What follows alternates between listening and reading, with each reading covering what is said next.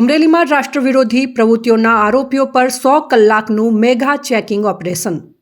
ગુજરાતના રાજ્યના ડીજીપી વિકાસ સહાય દ્વારા રાજ્યભરમાં આપવામાં આવેલ 100 કલાકની અલ્ટિમેટ સૂચના અનુસાર અમરેલી જિલ્લામાં રાષ્ટ્રવિરોધી પ્રવૃત્તિઓમાં સંડોવાયેલા ઇસમોનું વિશેષ અને અચાનક ચેકિંગ હાથ ધરવામાં આવ્યું.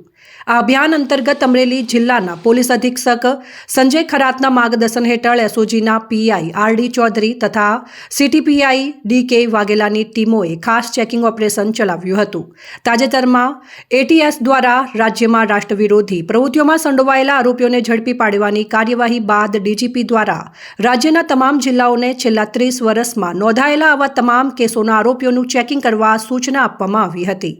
ડીજીપીની આ સૂચનાઓને અનુસરીને અમરેલી જિલ્લા પોલીસ વડા દ્વારા જિલ્લાના છેલ્લા 3 દાયકામાં રાષ્ટ્રવિરોધી ગુનાઓમાં નામ દાખલ થયેલ આશરે 500 જેટલા આરોપીઓને 100 કલાકની અંદર ચેકિંગ કરવા તમામ પોલીસ સ્ટેશનો તેમજ એસઓજીને આદેશો આપવામાં આવ્યા હતા.